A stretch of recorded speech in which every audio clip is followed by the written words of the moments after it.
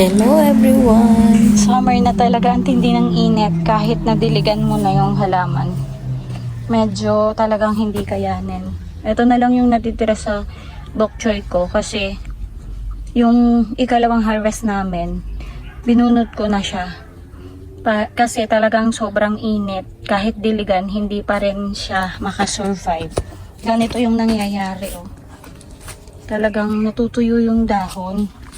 Ito lang dito yung lettuce ang medyo okay pa siya kasi na meron ditong ito yung puno ng mangga dati na kung regular kayong nag-visit sa channel ko, namunga na dati to last summer pero ngayon hindi. Karoon siya kasi ng sakit. Ayan o. Yung may puti-puti. Hindi ko alam kung ano ang tawag dito at kung papaano ko siya mapapatay. Kasi halos lahat ng dulo may ganun. Then, ayan pa. Itong lettuce na nasa box. At saka yung box ay, ayan, kahit nilagay ko na sa may net. Ito may net siya. Ayan. Hindi pa rin kayanin, lanta pa rin. Kaya siguro talagang mabubunod ko na siya at nang mapakinabangan pa. Ang medyo nakasurvive lang ay ito. Yung aming onions. Ayan. Yung from one bulb, 3 na siya. Ito rin, 3 na. Then yun, hindi lang masyadong makita kasi may puno ng melon. Pero nagsuloy na rin siya. Ito lang yung nagsusolo pa na isang bulb pa rin. Pero I know, kakaroon pa rin yan ng panibagong bulb. So, hindi na ako nagdagdag ng vegetable ngayon. Nagtanggal na lang ako ng mga damo. Kasi talaga ang hirap. Kahit magdilig, hindi kayanin ng halaman yung init. So ayan. Tinanggal ko na lang yung mga damo. Pinapatuyo ko dito. Para pag pag natuyo na sila, magiging pataba na rin yan. Imimix ko sa soil. Ang liit lang yung natanggalan ko ng damo kasi talaga ang init na. So bali, ang medyo nagsusurvive lang sa garden namin ngayon, etong mga cosmos at saka itong zinnia. Yung roses ko hindi na nga rin halos madami na rin yung namatay. Kasi nga nagkaroon ng yung color white. Hindi ko alam kung ano ang tawag doon.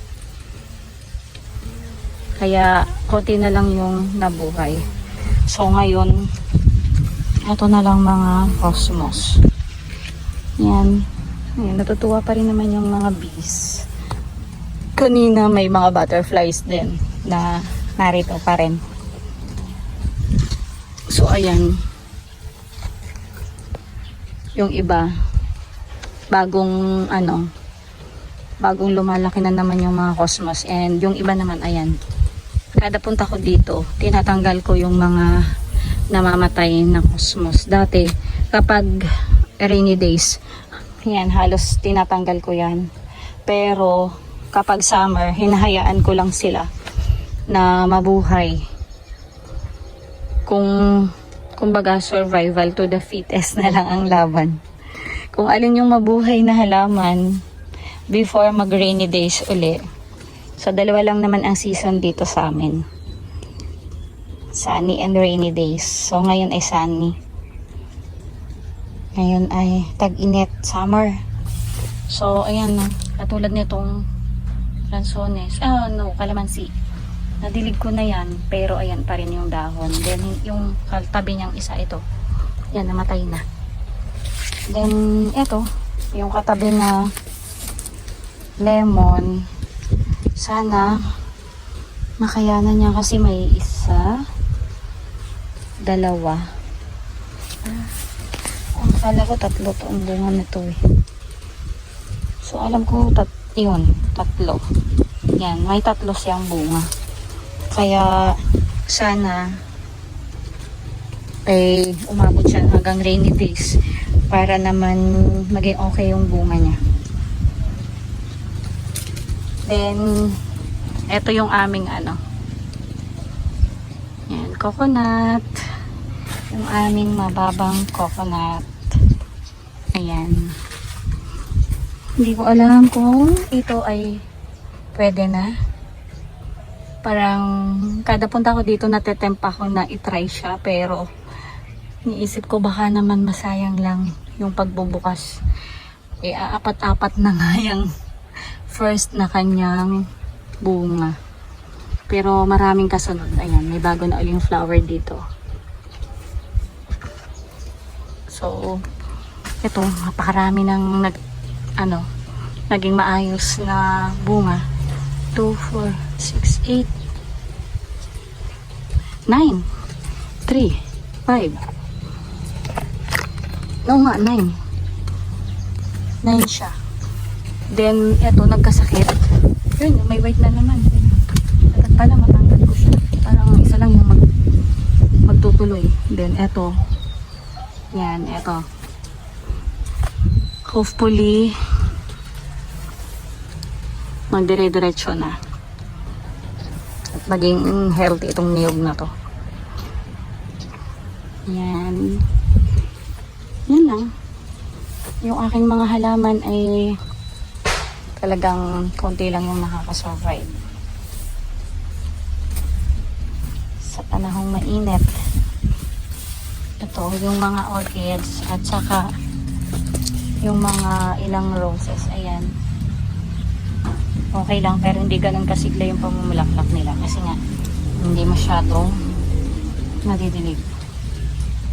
Ayan, ito kahit konti-konti may bulaklak.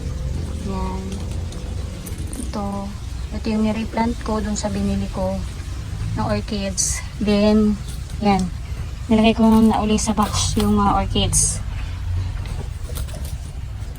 Ito kasing garden namin ay medyo hindi kalapit ng bahay namin. Kaya, dadalhin ko muna to. Sayang naman yung bili ko. Para mag-survive siya. Ibabalik ko na lang kapag panahon na uli ng tag-ulan. Sayang naman kasi. Ayan o. Namamatay na. Para makasurvive sila. Iba na yung dahon eh.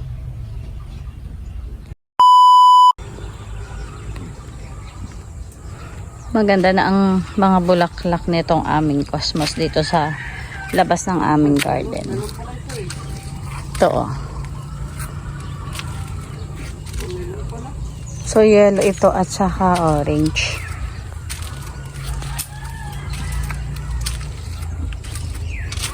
Dapat pala nalagyan ko din dun sa kabila para balance sila. Pero di balit, di pa naman huli ang lahat. Lalagyan ko ngayon. Pag kasi ito lang ay naaabot ng baka, kinakain din niya itong mga dahon at bulaklak ng cosmos. Usually ganito lang ginagawa ko. Sasabog ko lang na ganyan. Then pag ulan, mabubuhay na sila. Dahil mainit ang panahon, kahit itong aking mga dancing lady na nakakapit sa mulberry, nahihirapan din magbulaklak ng medyo mahaba yung kanilang stem. Yung mas maraming flower kasi nga mainit. Ayan o. Maiksi lang yung stem ng kanilang flower at saka hindi gaano malalaki yung kanilang petals. Gaya nito, bubulaklak na naman siya sa isang puno lang siya pero dalawa. Then meron uling kasunod. Sa kabila meron pa ulit. Wala na. Ito pala damo. Ayan. So meron pala dito. Ito. Pero hindi nga malalaki. Tsaka mahaba yung pagbulaklak. Masyadong mainit summer ngayon dito sa aming lugar. Mga orchids lang talaga ang matibay. Ayan, may bago na namang bubulaklak. Ito namatay na, may kapalit ulit. Ayan. Then, itong bulaklak niya. Mapapalitan na naman ng panibagong uusbong na bulaklak. Dahil sobrang init ng panahon, yung aking orchid na dati napakahaba ng suloy para malagyan ng bulaklak. Ngayon ang pagkaiksi na. Kasi nga mainit kahit nadidiligan sila. Ito yung dating ang haba hanggang dito. Puno yan ng bulaklak. Ngayon kalahati lang yung yung iniusbong nitong summer. Lalo na to napaka isa, dalawa, tatlo, 5 lang. Tapos parang maliit pa yung isa. Matindi talagang init ngayon. Mayroon din kami ditong tiger orchids. Ito yung orchids na bumubulaklak lang every summer.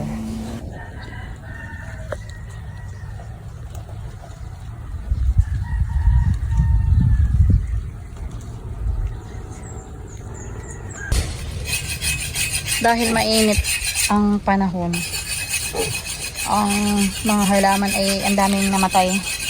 Ito lang yung halos nabuhay pa hanggang ngayon. Kakadilig ko lang kanina, pero ayan, tuyo na naman kaagad yung kanilang mga lupa. Tapos ito yung mga inilipat ko dati na mga suloy ng orchids. Ito yung white, ayan, may bulaklak siya. Pero maiksi lang kasi nga mainit. Tapos parang mamamatay pa yung kanyang parang patay na yung stem niya. Tapos ito rin, ayan, maiksi lang din yung bulaklak niya. Tsaka ito rin. Magkaiba sila. Ito yung medyo pagbago pa lang, green ito, yellow green, na mayroong brown sa loob. Ito naman ay yung may yellow na may brown talaga dun sa may bandang dulo ng petals niya. Sadyang ko konti lang talaga itong bumulaklak. Unlike nung isang yung parang medyo pa green. Mahaba ang bulaklak nun. Ito pa yung medyo lumalaban pa dito. Dahil nga mainit. Ayan, yung mga puno at saka itong pinya, may bunga na pero maliit siya. Kasi mainit. Ayun pa, dalawa siya. Dalawang pinya. Ayan.